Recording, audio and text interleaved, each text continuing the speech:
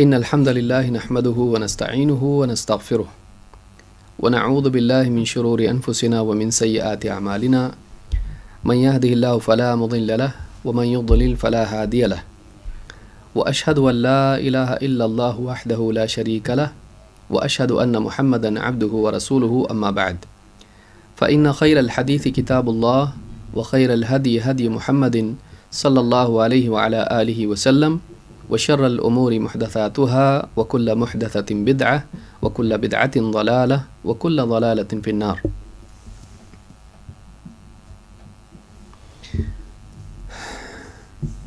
قال الله تبارك وتعالى وأنزلنا إليك الذكر لتبين للناس ما نزل إليهم ولعلهم يتفكرون.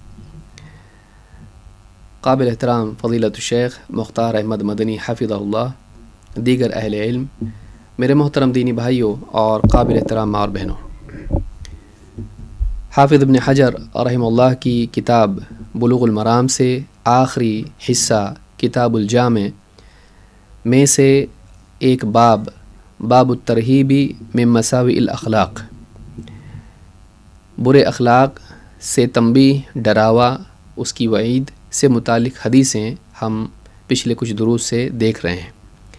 آج اسی سلسلے کو جاری رکھتے ہوئے انشاءاللہ ہم حدیث نمبر 12 سے اپنی گفتگو کی شروعات کریں گے۔ حدیث کے الفاظ ہیں وعنہ ان رجلا قال یا رسول اللہ اوصنی فقال لا تغضب فردد مرارا قال لا تغضب، اخرجہ البخاری۔ حافظ ابن حجر رحمہ اللہ فرماتے ہیں وعنہ سے مراد ابو ہریرہ رضی اللہ تعالیٰ عنہ ہے، اس لیے کہ پچھلی حدیث بھی انہی سے مروی تھی، تو انہی سے روایت ہے، یعنی حضرت ابو ہریرہ رضی اللہ تعالیٰ عنہ ہی سے روایت ہے۔ ان رجلا قال، ایک شخص نے کہا یا رسول اللہ، اے اللہ کے رسول، اوصینی، مجھے کچھ وصیت کیجیے۔ فقال لا تغضب، آپ نے فرمایا غصہ نہ کرو۔ فردد مرارا، اس شخص نے بار بار یہ سوال دہرایا کہ مجھے کچھ وصیت کیجیے، تو آپ نے فرمایا لا تغضب، غصہ نہ کرو۔ اخرجہ البخاری، اس حدیث کو امام البخاری نے روایت کیا ہے۔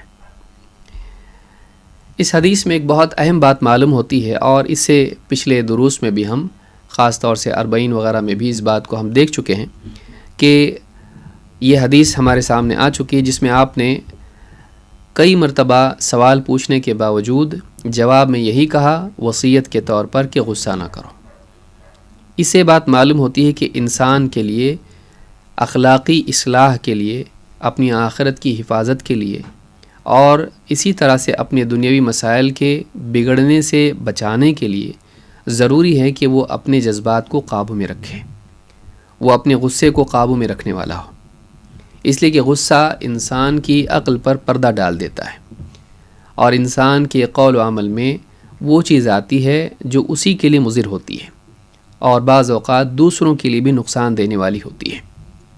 کبھی اس غصے کے نتیجے میں تعلقات خراب ہوتے ہیں عام طور سے، کبھی چیزوں کا نقصان ہوتا ہے، کبھی جان و مال کا بھی نقصان ہوتا ہے۔ قتل بھی بہت سارے غصے میں آ کے انسان کر لیتا ہے، بعد میں پچھتاتا ہے کہ اتنا غصہ آ گیا تھا کہ میں نے کیا کر دیا، مجھے ہوش نہیں رہا۔ تو کبھی چیزوں کا، کبھی جان کا، کبھی رشتوں کا، تعلقات کا انسان کا نقصان ہو جاتا ہے، بلکہ بعض اوقات دین کا بھی نقصان ہوتا ہے، یعنی انسان غصے میں آ کے ایسی بات بول دیتا ہے جو اسے اسلام سے ہی خارج کر دیتی ہے۔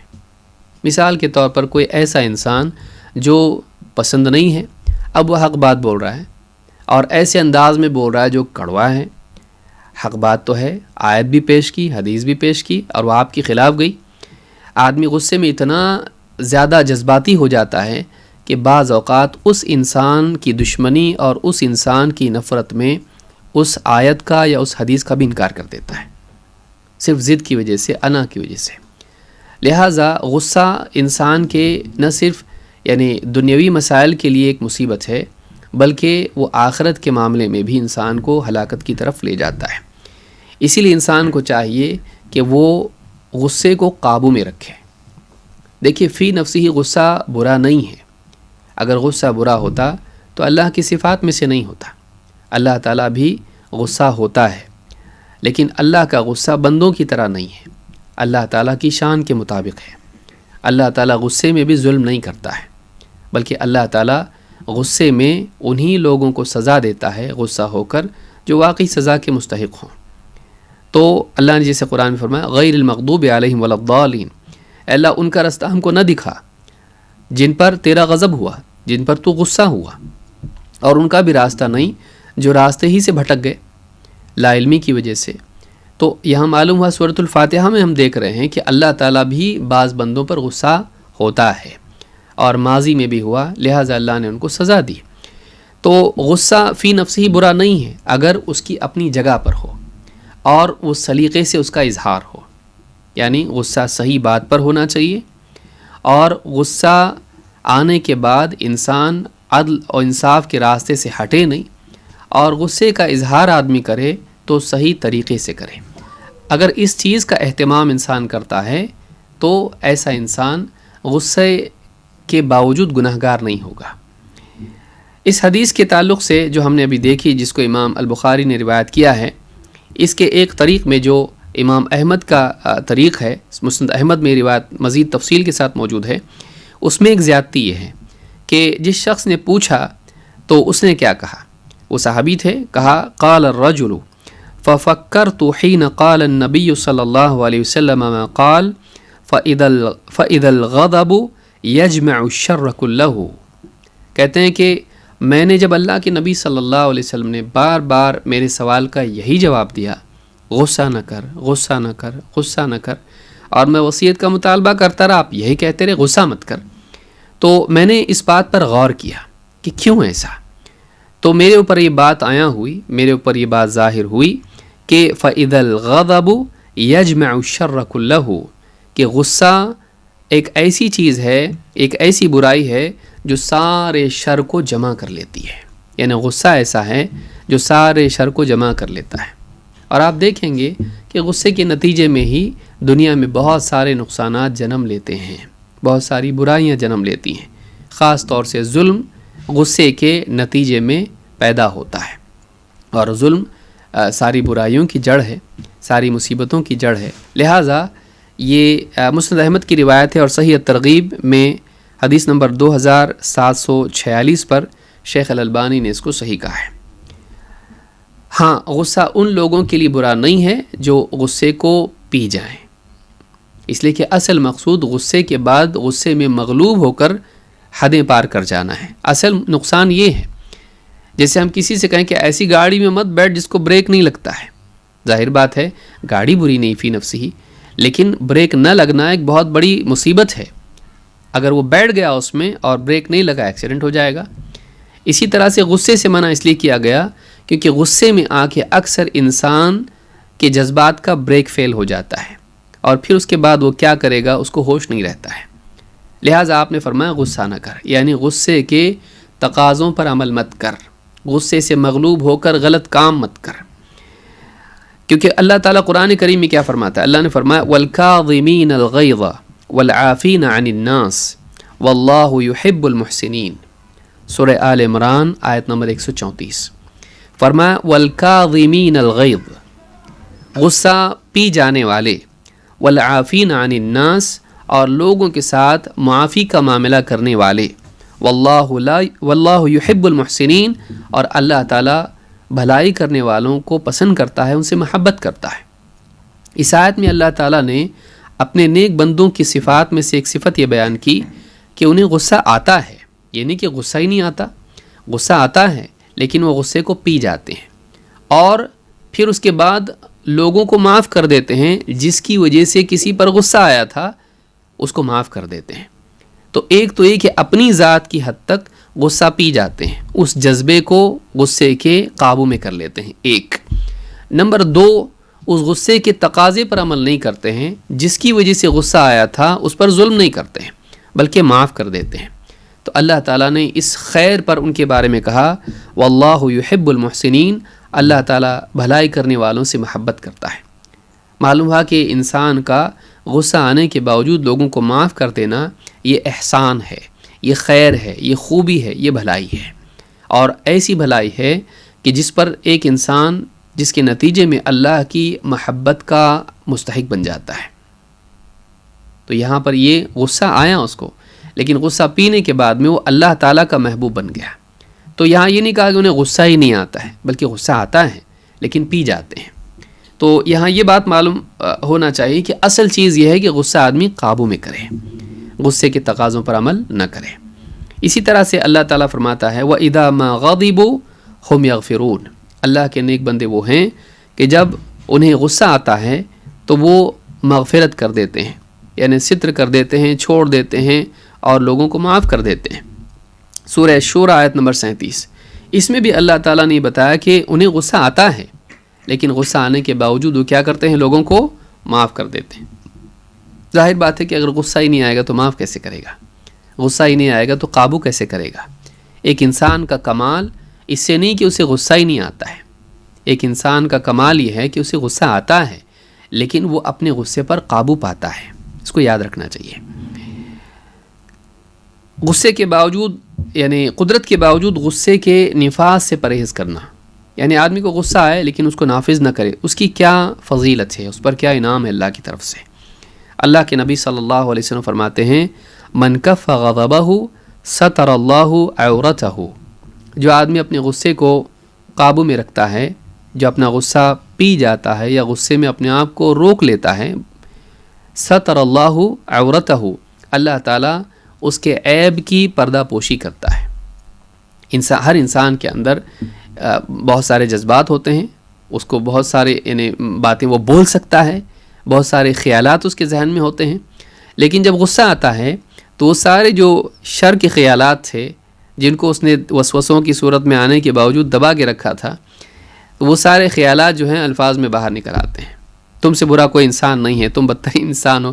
آدمی غصے میں آ کے جو چاہے بول دیتا ہے، تو جو وسوسے اس کے ذہن میں کبھی آئے تھے کسی کی غلطی پر، وہ سارے وسوسے زبان سے اگل دیتا ہے۔ تو اب جو اس کا عیب تھا کہ اچھا تم میرے بارے میں یہ سوچتے ہو، آدمی کو معلوم پڑ جاتا ہے، یا کبھی گالی بھی دے دیتا ہے۔ تو ظاہر بات ہے گالیاں ذہن میں تھیں، آئیں، لیکن اس نے قابو کیا، نہیں گالی دی، جو بھی بری باتیں تھیں زبان پر نہیں لائیں اس نے۔ لیکن جب غصے میں آ جاتا ہے آدمی تو عام حالات سے ہٹ کے اب وہ کیا ہو جاتا ہے، اس کا بریک کمزور ہو جاتا ہے، اب وہ بہت ساری باتیں روک نہیں پاتا جو عام حالات میں روک سکتا تھا۔ تو اب غصے میں کیا ہوتا ہے، جو عیب اس کا ہے وہ ظاہر ہو جاتا ہے، بلکہ بعض وقت اچھا انسان بھی ہوتا ہے اور ایسی غلطی کر جاتا ہے کہ لوگ اس کو معاف نہیں کرتے ہیں۔ لہٰذا غصے میں یعنی اپنے آپ کو قابو میں رکھنا، یہ اپنی عزت کو بچانا ہے، اور یہ اللہ کی طرف سے اس کے لیے انعام ہوتا ہے کہ دنیا اور آخرت میں اللہ تعالیٰ اس کے عیوب پر پردہ ڈالتا ہے۔ کیونکہ غصے میں اکثر آدمی کیا کرتا ہے، سامنے والے کے عیوب بیان کرتا ہے، تم ایسے ہو، تم ایسے ہو۔ تو جو دوسروں کو غصے میں آ کے اس طرح سے نہیں کرے گا، ظاہر بات ہے اللہ کے انعام، اللہ کا بھی انعام اس پر ہوگا کہ اللہ اس کے عیوب پر پردہ ڈال دیتا ہے۔ وَمَنْ كَظَمَ غَيْظًا وَلَوْ شَاءَ أَنْ يُمْضِيَهُ أَمْضَاهُ، اور جو انسان غصہ پی جائے، غصہ آنے کے باوجود غصہ پی جائے، حالانکہ اس کا حال یہ تھا کہ اگر چاہتا تو غصے کو نافذ کر دیتا، غصے میں آ کے جو کرنا ہے کر گزرتا، کوئی روکنے والا نہیں تھا۔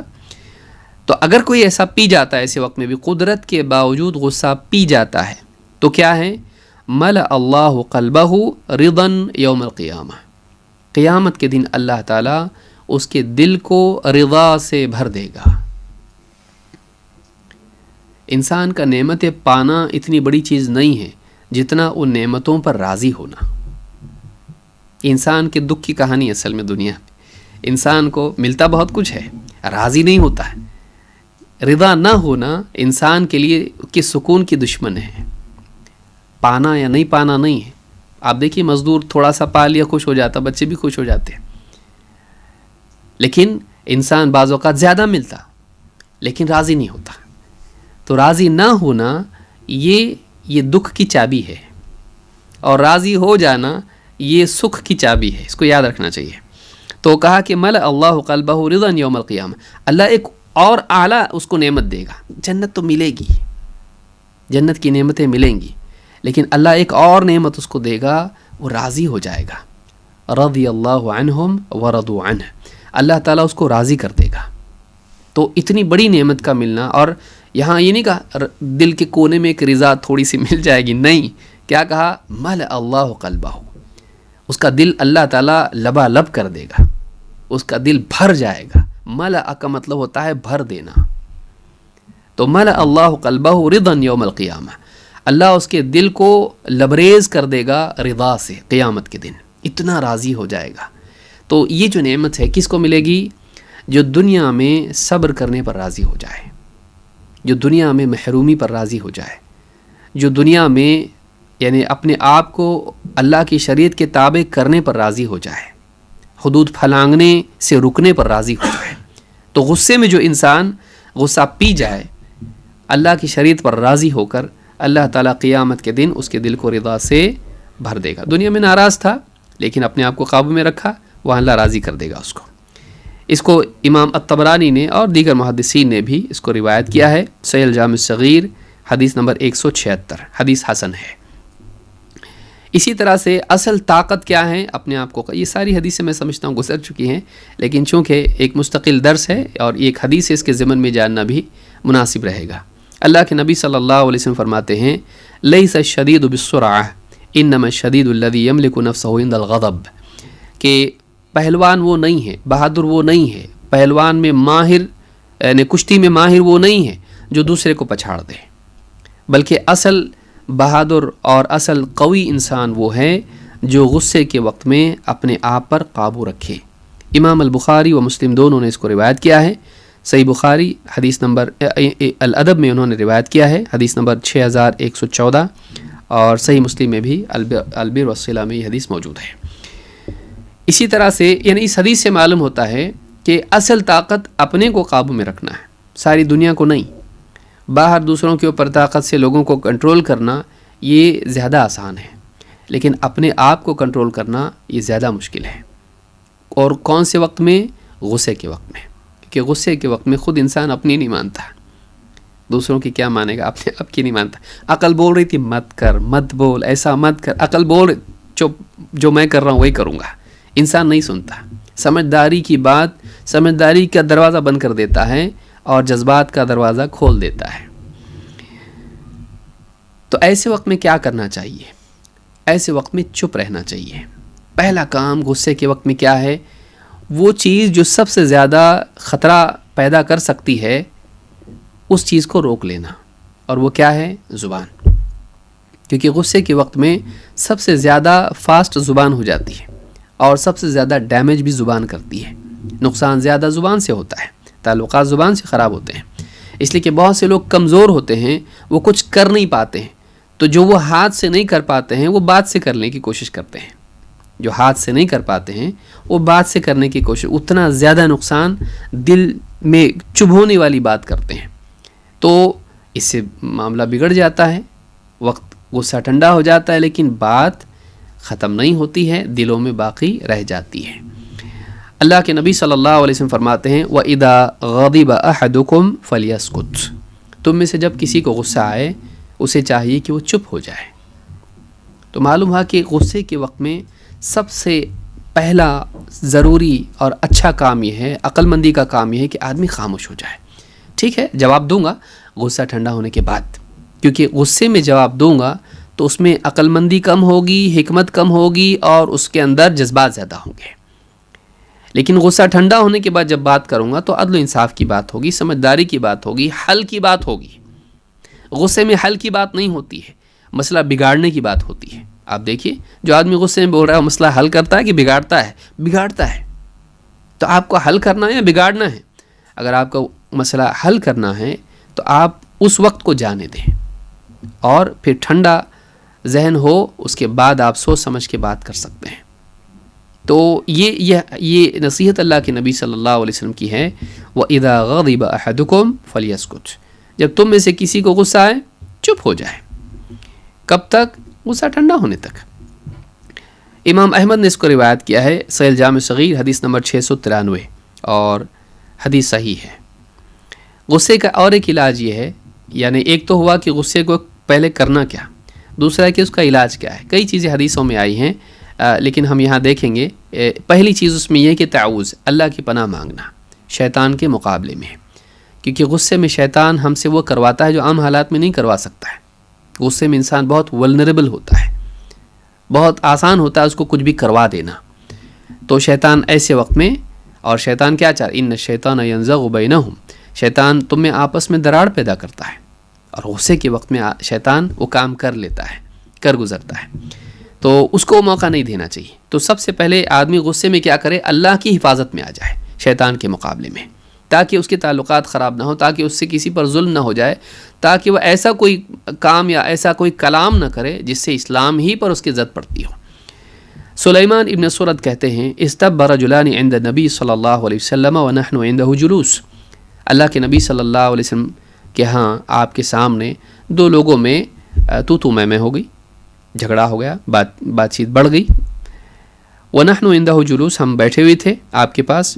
واحدهما يسب صاحبه مغضبا قد احمر وجهه، دونوں میں سے ایک دوسرے کو بہت بری بری باتیں بول رہا تھا، یہاں تک کہ اس کا یعنی جس کا چہرہ بالکل جو ہے سرخ ہو گیا تھا سننے والے کا. فقال النبی صلی اللہ علیہ وسلم انی لاعلم کلمة لو قالها لذهب عنه ما يجد، آپ نے کہا میں ایک ایسا کلمہ جانتا ہوں، میں ایک ایسی بات جانتا ہوں کہ اگر یہ انسان جس کو غصہ آ رہا ہے اگر وہ دعا پڑھ لے، وہ کلمہ پڑھ لے تو اس کی یہ حالت جاتی رہے. لو قال اعوذ باللہ من الشیطان الرجیم، بس اگر وہ اتنا بول دے اعوذ باللہ من الشیطان الرجیم، میں اللہ کی پناہ مانگتا ہوں شیطان رجیم سے. رجیم مرجوم ہے، اس اللہ کے ہاں سے دھتکارا ہوا بھی ہے، اور اسی طرح سے شیاطین جب اوپر جاتے ہیں تو ملائکہ ان کو شہاب ثاقب مار مار کے بھگاتے ہیں، وہاں سے بات سنے نہیں دیتے ہیں. تو مرجوم ہے، وہ رجم کیا جاتا ہے ان کو، تو رجیم ہے. تو امام البخاری اور مسلم دونوں نے اس کو روایت کیا، الفاظ بخاری کے ہیں. صحیح بخاری کتاب الادب حدیث نمبر 6115 پر. تو اس حدیث سے بات معلوم ہوتی ہے کہ انسان جب غصے میں بے قابو ہونے لگتا ہے اور غصے میں بالکل یعنی سانس پھول رہا ہے اور چہرہ سرخ ہو رہا ہے اور ایک دم ہاتھ پاؤں بالکل کچھ کرنے کے لیے اتاولے ہیں، تو ایسی صورت میں اگر آدمی اس ہیجان کے اندر انسان اگر صرف اعوذ باللہ من الشیطان الرجیم کہے تو اس کا غصہ ٹھنڈا ہو سکتا ہے، کیونکہ یہ مطلوب ہے. کوئی آدمی چاہے گا زندگی بھر اسی طرح غصے میں رہے؟ نہیں، وہ ٹیمپرری سچویشن ہے. وہ دائمی اگر ہو جائے تو انسان کی حالت خراب ہو جائے. اگر ہر وقت انسان اس طرح سے رہے، کیونکہ وہ اچھا نہیں اس کے لیے، نہ اس کے دین کے لیے اچھا ہے، نہ اس کی صحت کے لیے اچھا ہے، نہ اس کے تعلقات کے لیے اچھا ہے. تو اس چیز کو ہٹانا ضروری ہے. ہٹانے کے لیے راستہ کیا ہے؟ ہٹانے کے لیے ایک راستہ یہ ہے کہ سب سے پہلے انسان اللہ کی پناہ میں آ جائے. اللہ کوئی ایسا کام مجھ سے نہ ہو جائے، شیطان کو ایسا کام مجھ سے نہ کرا دے جس سے میری دنیا اور آخرت بگڑ جائے، جو میری صحت اور میرے تعلقات کے لیے نقصان دہ ہو. تو ایسے وقت میں انسان اللہ کی پناہ طلب کرے، کیونکہ وہ کمزور ہے، شیطان اس سے کچھ بھی کروا سکتا ہے. اللہ کی حفاظت میں جب انسان آ جائے تو ہر اعتبار سے حفاظت میں آ جاتا ہے. تو غصے کے وقت میں انسان بس اتنا کہے اعوذ باللہ من الشیطان الرجیم. کتنا لگتا ہے؟ 5 سیکنڈ مشکل سے لگتے ہیں، لیکن بہت سے لوگ یہ نہیں کر پاتے ہیں کیونکہ وہ چاہتے ہیں غصے میں جائیں. نہیں، بہت سارے لوگوں کا حال یہ ہوتا ہے کہ اس گاڑی میں بیٹھنے کے بعد اترنے کو جی نہیں کرتا ہے، وہ کچھ کر دینا چاہتے، کیونکہ کئی زمانے سے سنبھال کے رکھا ہے غصہ، اب وقت آ گیا ہے میرا، اب تو نہیں چھوڑوں گا، اب تو نہیں چپ رہوں گا. لیکن اسی میں بہت بڑا نقصان وہ کر دیتا ہے. جذبات پر چل کے اپنی دنیا اور آخرت خراب نہیں کرنا چاہیے. تعلقات زمانہ لگتا ہے بننے کے لیے اور بہت جلدی خراب ہو جاتے ہیں. ایک جملے سے تعلقات خراب ہو جاتے ہیں سالوں سال کے. نہیں بولنا چاہیے ایسا. بعد میں پھر سوری کے میسیجز بھیج رہے ہیں، معاف کرنا غلطی ہو گئی، غصے میں تھا. صفائی، کوئی فائدہ نہیں. اس کو معلوم ہے تو بولا تو صحیح، دل میں تھا مطلب تیرے، تو غصے میں بولا لیکن سچ بولا تو، ہاں صحیح بولا تو اب اس کو مناتے بیٹھو. کیوں؟ کیا ضرورت ہے اتنا کرنے کی؟ اسی وقت میں ذرا سا چپ ہو جاتا، اسی وقت میں اللہ کی پناہ طلب کر لیتا، تو اتنا سب کرنے کی ضرورت نہیں پیش آتی ہے. گفٹ بھیج رہا ہے اس کو، میسیجز بھیج رہا ہے، فلاورز بھیج رہا ہے اس کو، اب کتنا ہوتا ہے پھر؟ کیا فائدہ؟ نہیں. آدمی اسی وقت میں بعض اوقات یعنی آپ دہلیز پہ روک دیں، ایک برا جانور ہے آپ کے گھر میں آ رہا ہے، آپ دہلیز پہ اس کو روک دو. اس کو آپ اندر تو آنے دیے اور پھر گھر میں دوڑا رہا ہے وہ آپ کو، آپ بھگانے کی کوشش کر رہے اس کو، آپ آنے ہی مت دو، اس کو دروازے پہ روک دو. جیسے غصہ ہے اعوذ باللہ من الشیطان الرجیم، اور سامنے سے کچھ بول رہا ہے کوئی، چپ ہو جاؤ. گھریلو زندگی میں بہت سارے مسائل ہوتے ہیں، آدمی جذبات میں آ کے کچھ بھی نہیں بولے، قابو میں رکھے اپنے آپ کو. ہاں یہ بات اپنی جگہ ہے کہ غصہ، جس سے میں نے شروع میں بھی کہا کہ فی نفسی ہی برا نہیں ہے، بشرطے کہ وہ اپنی جگہ پر ہو، اپنے طریقے سے ہو. ایک انسان اگر شریعت کی خلاف ورزی دیکھتا ہے تو اسے غصہ آنا چاہیے، اس لیے کہ یہ دینی غیرت کا تقاضا ہے. انسان اتنا بے غیرت نہ ہو جائے کہ اللہ کی شریعت کی دھجیاں اڑائی جائیں اور اسے برا نہ لگے. یہ اللہ کے لیے غصہ ہونا ہے، تو یہ ایک اچھی چیز ہے. اللہ کے نبی صلی اللہ علیہ وسلم یعنی کی کئی روایت ہیں، میں ایک روایت پیش کر رہا ہوں جو شاید اس سے پہلے ہم نہیں سنے ہوں، بہت سارے لوگوں نے سنی بھی ہوگی. ابو مسعود رضی اللہ تعالیٰ عنہ کہتے ہیں، ابو مسعود الانصاری، یہ بدری ہے، بدر والے نہیں ہیں، بدر کے قریب رہتے تھے وہ، اس لیے ان کو بدری کہتے ہیں. ابو مسعود الانصاری کہتے ہیں، قال رجل یا رسول اللہ لا اکاد ادرک الصلاة مما یطول بنا فلان. ایک آدمی آیا اللہ کے رسول صلی اللہ علیہ وسلم کی خدمت میں اور شکایت کی. کیا شکایت کی؟ لا اکاد ادرک الصلاة مما یطول بنا فلان. اے اللہ کے رسول، فلاں شخص جو ہے آپ کا امام جو ہم کو نماز پڑھاتا ہے، ایسی لمبی نماز پڑھاتا ہے کہ ہم وہ نماز میں شریک ہونا ہی ہم کو مشکل لگتا ہے. فما رأيت النبي صلی اللہ علیہ وسلم فی موعظة اشد غضبا من یومئذ. کہتے ہیں کہ میں نے اللہ کے نبی صلی اللہ علیہ وسلم کو اس دن جتنا غصے میں دیکھا، اتنا غصے میں واعظ و نصیحت کرتے وقت کبھی نہیں دیکھا. فقال ایھا الناس انکم منفرون. آپ نے کہا لوگو تم دوسروں کو نفرت دلاتے ہو، تم لوگوں کو نفرت دلاتے ہو. فمن صلی بالناس فلیخفف. لہذا تم میں سے جو کوئی انسان دوسروں کی امامت کرے اسے چاہیے کہ وہ نماز میں تخفیف کرے، ہلکی نماز پڑھائے، لمبی نماز نہیں، ہلکی نماز پڑھائے. فإن فیہم المریض والضعیف وذا الحاجہ. اس لیے کہ لوگوں میں، مقتدیوں میں بیمار بھی ہوتے ہیں اور کمزور لوگ بھی ہوتے ہیں اور حاجت مند لوگ بھی ہوتے ہیں. مقتدیوں میں کوئی آدمی بیمار ہے، بیچارہ آ کے صف میں کھڑا ہو گیا. کوئی اس میں بوڑھا آدمی ہے، بیمار تو نہیں لیکن بوڑھا ہے، اس کی بھی ایک اپنی کیپیسٹی ہے. اور اس میں ذو الحاجہ بھی ہیں، ایسے لوگ بھی ہیں جو مسافر ہیں، ان کو آگے کے سفر میں روانہ ہونا ہے. اب تم بقرہ شروع کر دیے. یہ مسئلہ جو تھا، یہ واقعہ کیوں پیدا ہوا؟ معاذ بن جبل رضی اللہ تعالیٰ عنہ آپ صلی اللہ علیہ وسلم کے پیچھے عشاء کی نماز پڑھتے اور پھر اپنے قبیلے میں جا کے لوگوں کو نماز پڑھاتے. خود نفل پڑھتے، پیچھے جو مقتدی ہوتے تھے وہ فرض پڑھتے تھے، تو ان کے امام بھی تھے. تو اب نماز عشاء کی پڑھا رہے ہیں، رات کی نماز، اور اس میں اتنی لمبی نماز سورۃ البقرہ انہوں نے شروع کر دی. تو ایک آدمی آیا اور نماز میں شریک ہونے والا تھا، چلا گیا دیکھ کے بقرہ. اور ایک روایت میں کہ شریک ہوا لیکن دیکھا کہ اتنی جب لمبی پڑھا رہے ہیں، طاقت میری نہیں اتنی، تو الگ ہو گیا، اپنی نماز مکمل کی اور سیدھا اللہ کے رسول صلی اللہ علیہ وسلم کے پاس شکایت کے لیے گیا، یا بعد میں گیا. ایک روایت میں کہ انہوں نے کہا، جب کسی نے بتایا کہ وہ آدمی چلا گیا نماز میں سے، تو معاذ بن جبل رضی اللہ عنہ نے کہا کہ منافق ہے. اب اس کو معلوم پڑا یہ مجھ کو منافق کہہ رہے ہیں، اس کو بہت غصہ آیا. وہ سیدھا اللہ کے نبی صلی اللہ علیہ وسلم کے پاس گیا اور کہا کہ ایسا ایسا معاملہ ہے. ایک روایت میں کہ فجر کا واقعہ ہے. تو علی کل حال مطلب معلوم یہ ہوا کہ امام صاحب لمبی نماز، لمبی کا مطلب عام لمبی سے اور لمبی پڑھاتے تھے. بقرہ سب سے بڑی سورت ہے. تو اب لوگوں کے لیے اس سے مشقت ہونے لگی، تو آپ صلی اللہ علیہ وسلم غصہ ہوئے. کیوں؟ اس لیے کہ ایک ایسا کام ہے جس سے لوگ دین ہی سے متنفر ہوں گے، نماز سے متنفر ہوں گے، جو کہ دین کی بنیاد ہے. شہادتین کے بعد سب سے اہم عمل ہے. اور فجر کی نماز، عشاء کی نماز، یہ دونوں نمازیں اہم نمازیں ہیں کیونکہ یہ منافقین پہ بہت بھاری ہیں. اب ایسے میں اگر انہی نمازوں میں لوگوں کے لیے مشقت پیدا کر دی جائے کہ لوگ تھکے ہوئے ہوتے ہیں دن بھر کے اور اس کے بعد اتنی لمبی صورت پڑھ رہے ہیں، تو آپ غصہ ہوئے. تو یہاں غصہ آپ اس لیے ہوئے کہ ایک ایسی چیز ہے جو لوگوں کے دین کو بگاڑے گی، لوگوں کو دین سے دور کرے گی، تو آپ نے ڈانٹا. تو ایسے وقت میں اگر یعنی انسان غصے میں آئے تو حرج نہیں، بشرطے کہ وہ غصہ ایسے آدمی پر ہو جو کہیں بھاگ کے جائے گا نہیں. اس کو بھی یاد رکھنا چاہیے۔ معاذ بن جبل کون ہے؟ اللہ کے نبی صلی اللہ علیہ وسلم نے ایک مرتبہ ان کا ہاتھ پکڑا، کہا اے معاذ میں تم سے محبت کرتا ہوں۔ حضرت معاذ نے کہا میرے ماں باپ آپ پر فدا ہوں، اے اللہ کے رسول میں بھی آپ سے بہت محبت کرتا ہوں۔ کہا اے معاذ یہ کلمات کبھی مت چھوڑنا نماز کے بعد میں، اللہم اعنی علی ذکرک و شکرک و حسن عبادتک۔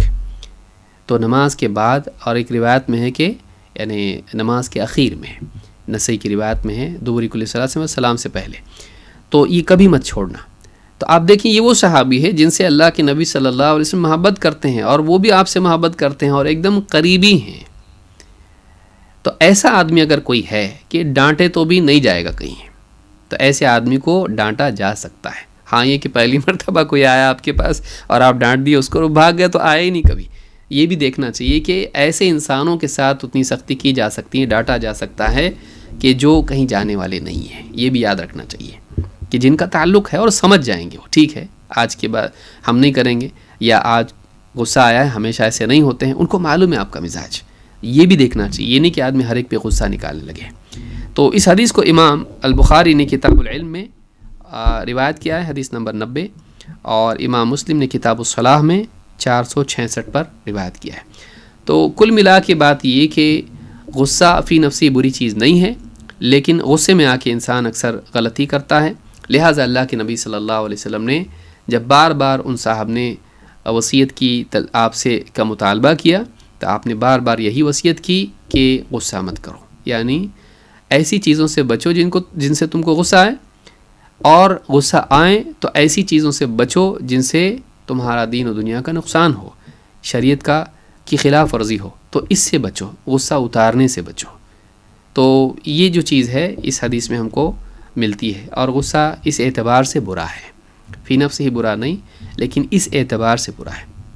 جیسے مال برا نہیں ہے، لیکن مال آ جائے اور انسان عیاشی کرنے لگے، اس اعتبار سے برا ہے، شر کے لیے ذریعہ بن جاتا ہے۔ چلیے آگے بڑھتے ہیں، حدیث نمبر 13۔ اس حدیث میں مال سے ہی متعلق بات ہے۔ حدیث کے الفاظ ہیں وعن خولة الانصاریہ رضی اللہ عنہ قالت قال رسول اللہ صلی اللہ علیہ وسلم ان رجالا يتخوضون في مال اللہ بغیر حق فلهم النار یوم القیامہ، اخرجہ البخاری۔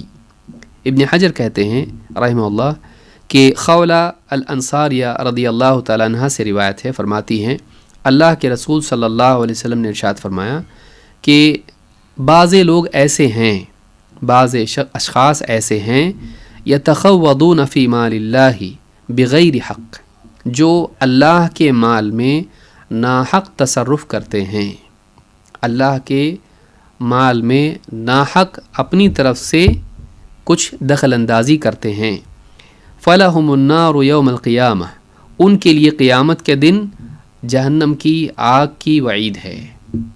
اس کو امام البخاری نے روایت کیا ہے۔ کیا مطلب ہے اس کا؟ کہ بعض لوگ ایسے ہیں جو اللہ کے مال میں یعنی یتخوضون، یعنی الخوض کے معنی علماء نے کہا جیسے پانی میں ڈبکی لگانا، تو اس کو خوض کہتے ہیں کہ آدمی پانی میں چلا جائے، یعنی اس میں جانا، اس میں داخل ہونا، اس میں تصرف کرنا اپنی طرف سے اس میں دخل اندازی کرنا، کچھ کرنا اس میں۔ تو مال کے سلسلے میں وہ کچھ ایسا کرتے ہیں جو ان کو جہنم میں لے جائے گا۔ کیا ہے یہ کام؟ کیا چیز ہے یہ؟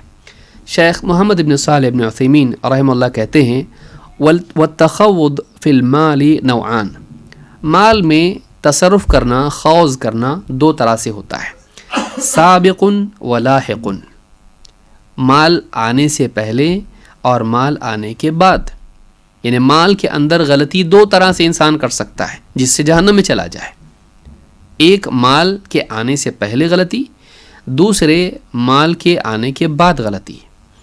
کہتے ہیں فَأَمَّا التَّخَوُّضُ السَّابِقُ فَمَعْنَاهُ أَن يَكْتَسِبَ الْإِنسَانُ الْمَالَ مِنْ أَيِّ وَجْهٍ كَانَ حَلَالًا أَوْ حَرَامًا الْمُهِمْ أَن يَجْمَعَ الْمَالَ، کہ کہتے ہیں کہ مال کے آنے سے پہلے انسان کا جہنمی عمل کرنا اور مال میں غلط طریقے سے نہ خوض کرنا یہ ہے کہ ایک انسان مال کو کسی بھی طریقے سے ممکن ہو کمائے، حلال حرام کوئی پرواہ نہ کرے، اس کا اصل مقصود یہ ہو کہ بس کسی طرح سے مال جمع کر لے، یہ نہ دیکھے کہ یہ حلال ہے کہ حرام ہے، میں جس طریقے سے کما رہا ہوں حلال ہے کہ حرام ہے، یہ نہ دیکھے۔ تو مال آیا نہیں ابھی تک، آنے کے لیے وسیلہ، سبب، راستہ وہ اختیار کرے جس میں حلال و حرام کی تمیز نہ ہو۔ تو یہ کیا ہوا؟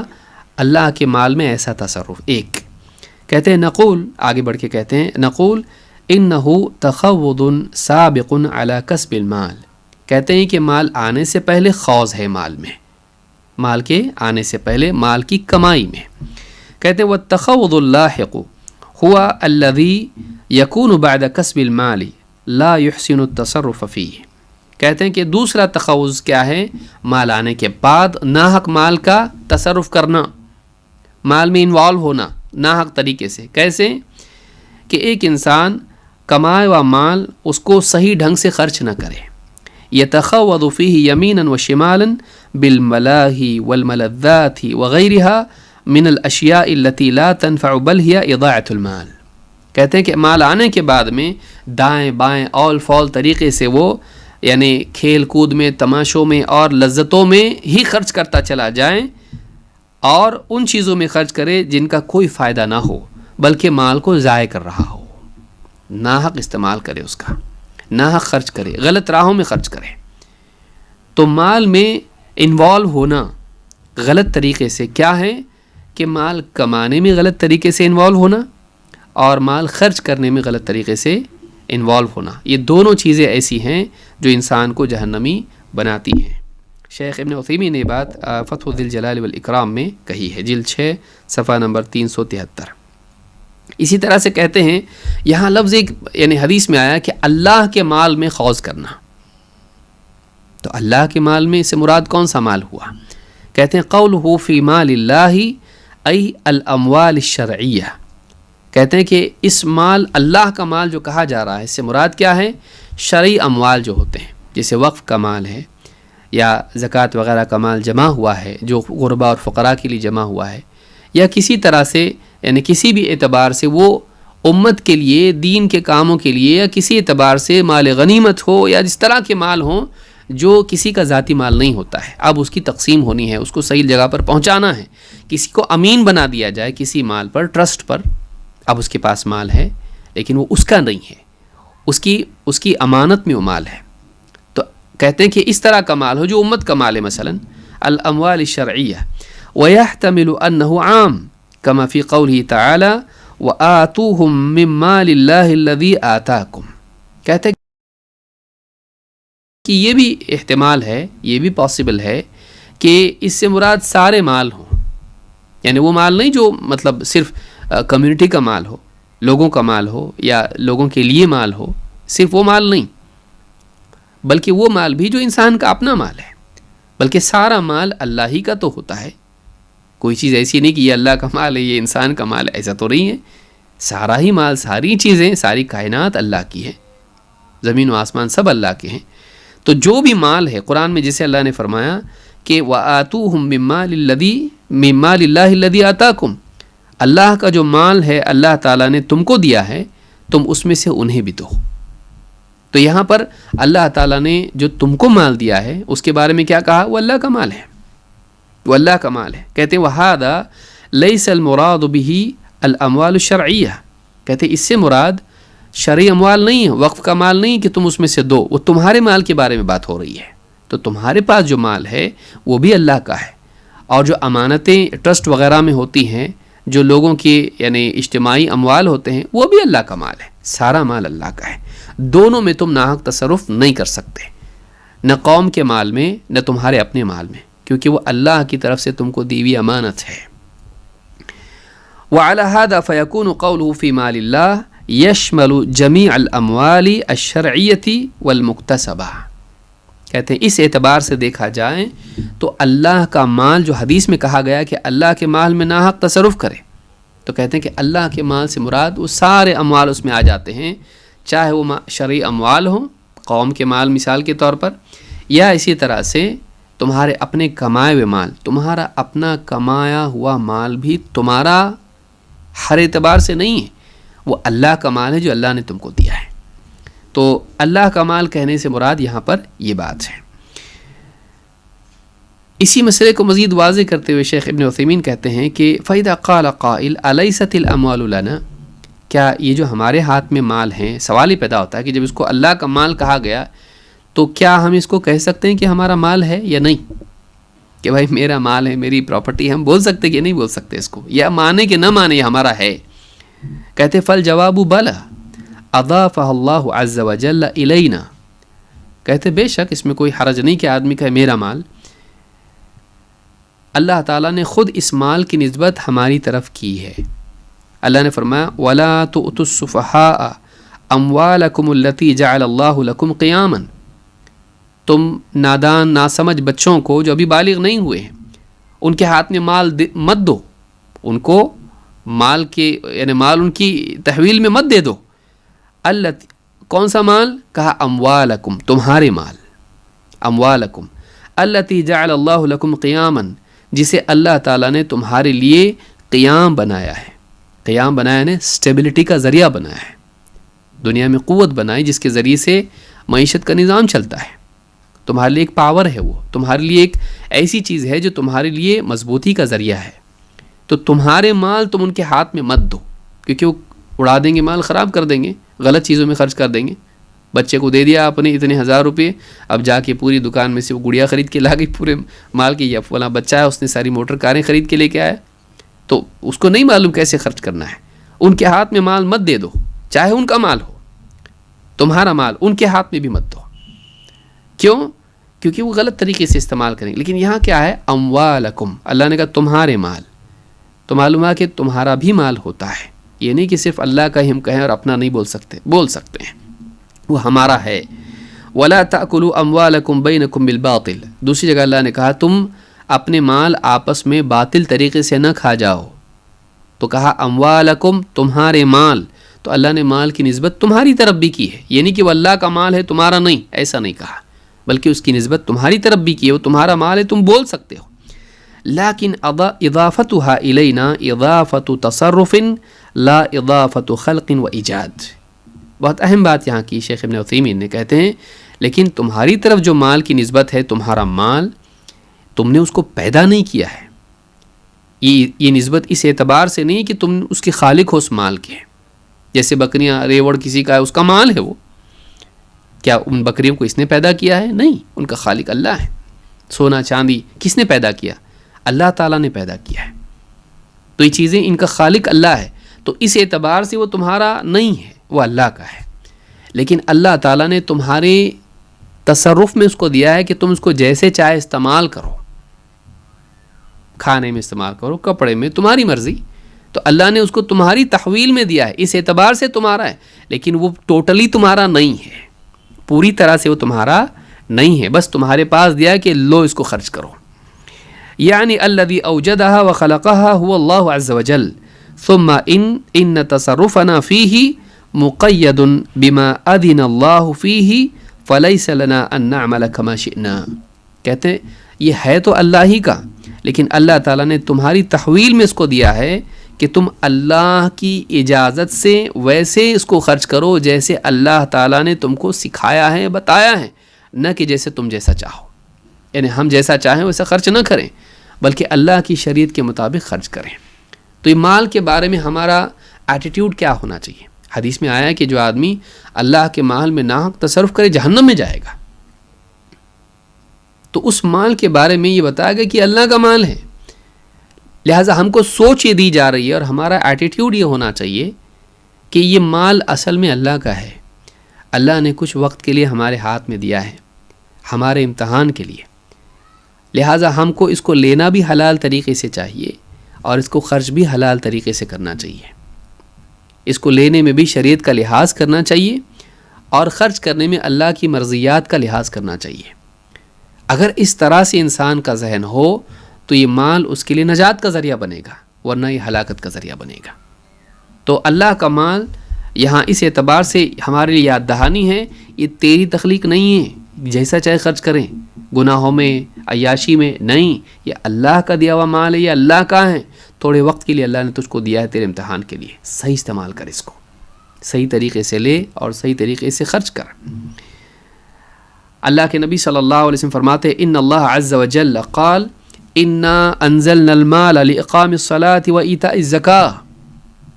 اللہ کے رسول صلی اللہ علیہ وسلم فرماتے ہیں کہ اللہ عز وجل کا فرمان ہے کہ ہم نے مال کو اس لیے نازل کیا ہے کہ نماز قائم کی جائے اور زکوٰۃ ادا کی جائے، نماز قائم کی جائے اور زکوٰۃ ادا کی جائے۔ بھئی مال ہوگا تو آدمی لباس پہنے گا نماز کے لیے، خذوا زینتکم عند کل مسجد، مال نہیں تو لباس کہاں سے لائے گا؟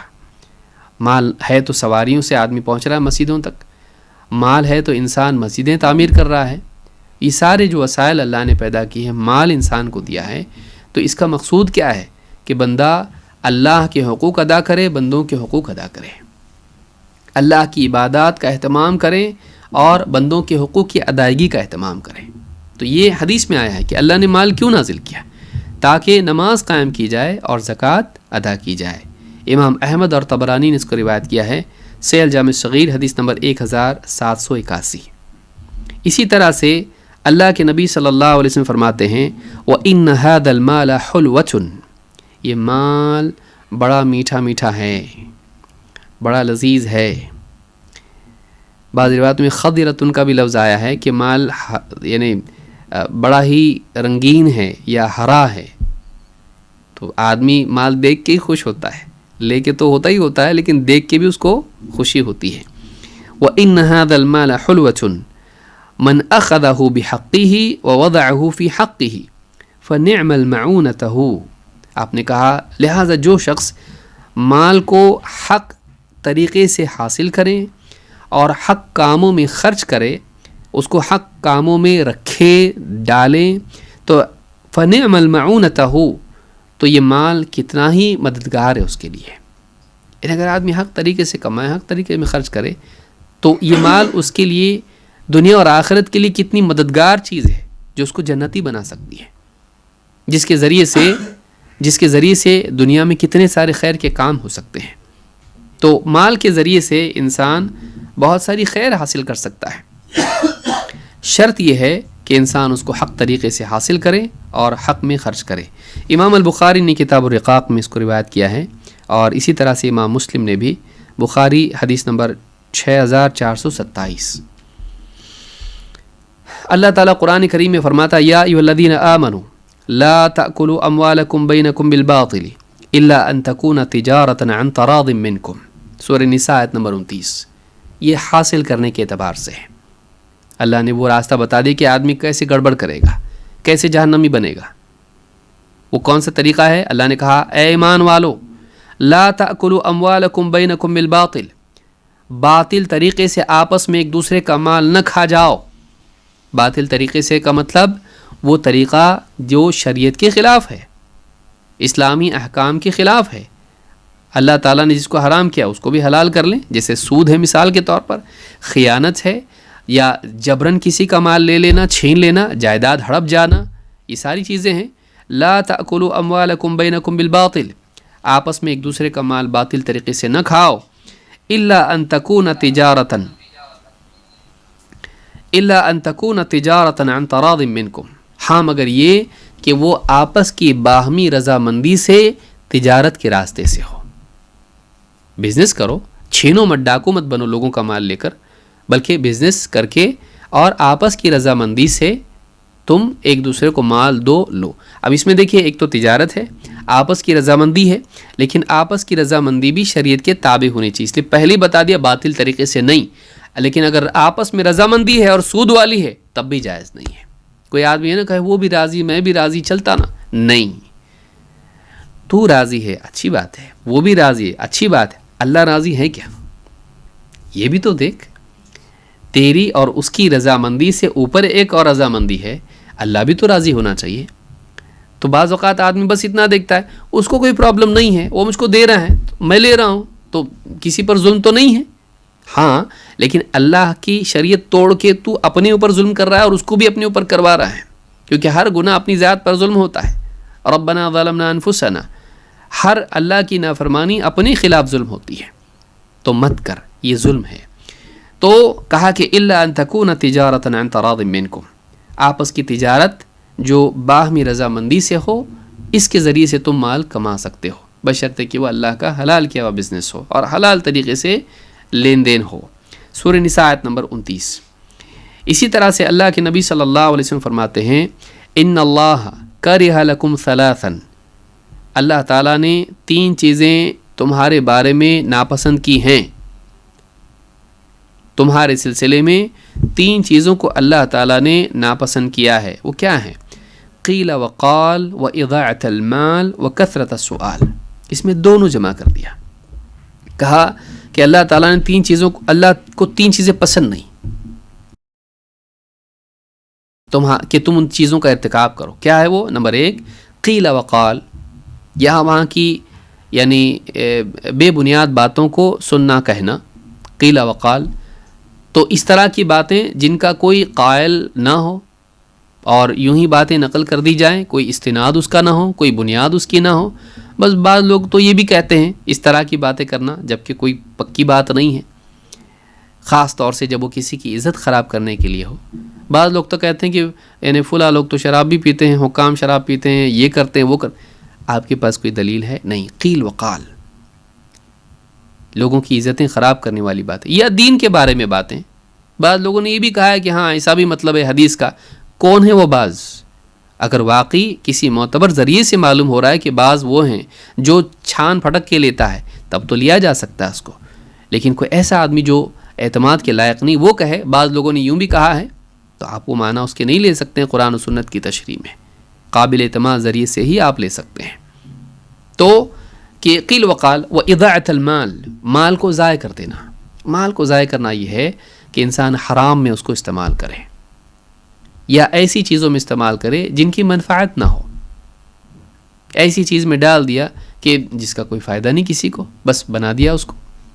تو اس طرح کی چیزیں بنانا جو کچھ فائدے کی نہ ہو، یا ایسی چیزوں میں خرچ کرنا جو کچھ فائدے کی نہیں ہے، اضاعۃ المال۔ اور گناہ تو فی نفسہ ہی اضاعۃ المال ہے، مال کا ضائع کرنا ہی ہے وہ، کیونکہ اس کا حرام چیز میں جانا ہی خود اس کو مال کو ضائع کرنا ہے۔ وکثرۃ السؤال، اور لوگوں سے خوب مانگنا۔ کثرت السؤال اس طرف اشارہ کر رہا ہے کہ انسان مال بڑھانے کے لیے بار بار مانگے لوگوں سے۔ یہ نہیں کہ آدمی حاجت مند ہے۔ اگر ایک آدمی فقیر ہے، مسکین ہے، پریشان حال ہے، مسافر ہے، یا اس طرح کی قرض دار ہے، کچھ اس طرح کی حالت اس کی ہے اور وہ اپنی طاقت سے زیادہ بوجھ اس پر پڑا ہوا ہے، وہ آدمی جو لوگ مالدار ہیں ان سے اپنی حاجت کے بقدر مانگ سکتا ہے۔ لیکن ایک انسان اس لیے مانگتا ہے کہ اس کا مال بڑھے، یہاں سے بھی مانگا، وہاں سے بھی مانگا، وہاں سے، تاکہ یہ خود ایک مالدار بن جائے، تو یہ چیز جائز نہیں ہے۔ اس لیے کہا کہ اللہ اس کو پسند نہیں کرتا ہے۔ وہ کثرت السؤال، بار بار لوگوں سے کثرت سے مانگنا۔ تو مانگنا غلط طریقے سے مال لینا ہے، اور اضاعۃ المال غلط طریقے سے مال خرچ کرنا ہے۔ یہ دونوں چیزیں جو انسان کے لیے خطرہ ہیں، اسے اللہ کا مجرم بناتی ہیں۔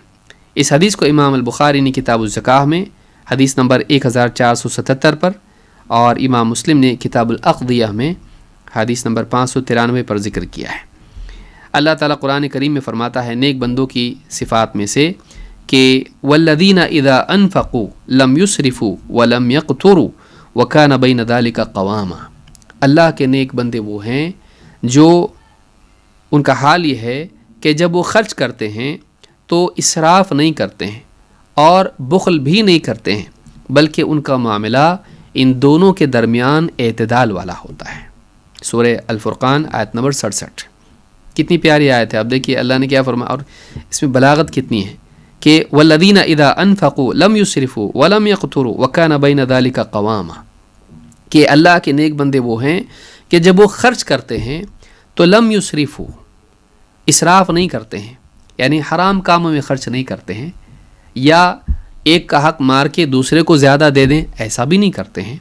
لم یسرفوا، حدیں پار نہیں کرتے شریعت کی۔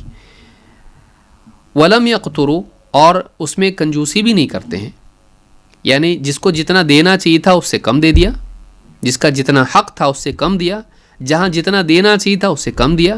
ولم یقتروا وکان بین ذلک قواما، بلکہ ان کا معاملہ یہ ہوتا ہے کہ وہ اسراف اور اقتار، اسراف فضول خرچی اور کنجوسی، ان دونوں کے بیچ میں بیلنس چلتے ہیں، توازن باقی رکھتے ہیں، عدل و انصاف کے ساتھ مال کے سلسلے میں تصرف کرتے ہیں، تو اللہ کے نیک بندے ایسے ہوتے ہیں۔ ابن بطال رحمۃ اللہ علیہ فرماتے ہیں اس حدیث کے ضمن میں جس میں کہا گیا ہے کہ اللہ کے مال میں اگر ناحق تصرف کرے انسان تو ایسا انسان قیامت کے دن جہنم میں جائے گا۔ کہتے ہیں وَفِيهِ رَدْعٌ لِلْوُلَاةِ وَالْأُمَرَاءِ أَن يَأْخُذُوا مِن مَالِ اللَّهِ شَيْئًا بِغَيْرِ حَقِّهِ وَلَا يَمْنَعُوهُ مِنْ أَهْلِهِ۔ کہتے ہیں اپنی بخاری کی شرح میں کہتے ہیں ابن بطال رحمہ اللہ کہ فِيهِ رَدْعٌ لِلْوُلَاةِ وَالْأُمَرَاءِ، اس حدیث میں ڈانٹ ہے، روک ہے ان لوگوں کے لیے جو مسلمانوں کے معاملات کے والی ہوتے ہیں، حاکم، امیر اور اس طرح کی جو بڑی پوزیشن پر ہوتے ہیں، جن کو مال کے معاملے میں امت کے فیصلہ کرنے کی کیپیسٹی ان کی ہوتی ہے، قدرت ہوتی ہے، اختیار ہوتا ہے، ان لوگوں کے لیے اس حدیث میں ڈانٹ ہے، ڈراوا ہے، ان کے لیے ایک گویا کہ بریک ہے ان کے لیے۔ کیا؟ ان یاخذوا من مال اللہ شیئا بغیر حقہ، کہ وہ اللہ کے مال میں سے ناحق نہ لیں۔ قوم کا پیسہ جمع ہوا اور تو اپنے گھر بنانے کے لیے استعمال کر رہا ہے، اس کو اپنی گاڑی موٹر کے لیے استعمال کر رہا ہے، تو اپنے لیے استعمال کر رہا ہے، تو کیسے؟ تو قوم کا جو مال ہے اس پر جو لوگ ذمہ دار ہوتے ہیں وہ اپنے لیے اس کو استعمال نہیں کر سکتے ہیں۔ تو جو اس طرح کے لوگ ہیں وہ یعنی ناحق اس میں تصرف نہ کریں۔ ان یاخذوا من مال اللہ شیئا بغیر حقہ۔ دوسرے ولا یمنعوہ من اہلہ، اور اس مال کو ان لوگوں سے روک کے نہ رکھیں جو ان کے اہل ہیں، اس مال کے اہل ہیں۔ ایک تو یہ کہ اپنے لیے استعمال نہ کریں ناحق، ٹھیک ہے، کوئی آدمی مثال کے طور پر یعنی کسی وقف پر وہ مثال کے طور پر امین ہے، ذمہ دار طے ہے، ٹھیک ہے، اس کی نگرانی کرتا ہے، اس پراپرٹی کو سنبھالتا ہے، اب وہ کھائے گا کیا؟ دن بھر وہ چوکیداری کر رہا ہے، اس کے بیوی بچے بھی ہیں، ٹھیک ہے، اس میں اس کی ضرورت کے بقدر وہ اپنے لیے لے سکتا ہے، اس کے قواعد ہیں جو علماء سے معلوم کر سکتے ہیں، تو وہ یعنی اصول کے اعتبار سے جتنا بھی ضرورت ہے اس کے حساب سے اپنا لے سکتا ہے، ناحق نہیں لے سکتا ہے۔ باغ کے پورے پھل خود ہی کھا رہا ہے، چچا کو بھیج رہا ہے، خالو کو بھیج رہا ہے، پورے خالی کر دیا ہے اس کے، حالانکہ وہ فقراء کے لیے تھا، سارے پھل اس کے خالی کر دیے نہیں، اور تھوڑا سا دے دیا بس، اور فوٹو بھی نکال دیا اس کے ساتھ میں، سیلفی نکال لی اس کی تو ڈال دیا فیس بک کے اوپر، دیکھو ہم خرچ کر رہے ہیں، نہیں، اب وہ ناحق لے رہا ہے، یہ بھی غلط ہے۔ دوسرا یہ ولا یمنعوہ من اہلہ، کہ وہ اس کے اہل سے روکے نہیں۔ بعض اوقات آدمی کسی فنڈ ہے غربا فقراء کے لیے، کیا کرتا ہے؟ میرے رشتہ دار، میرے دوست احباب، ان لوگوں کو جو جہاں جہاں اس کا اپنا دائرہ ہے ان کو دیتا ہے، لیکن واقعی جو مستحق لوگ ہوتے ہیں ان کو نہیں دیتا ہے۔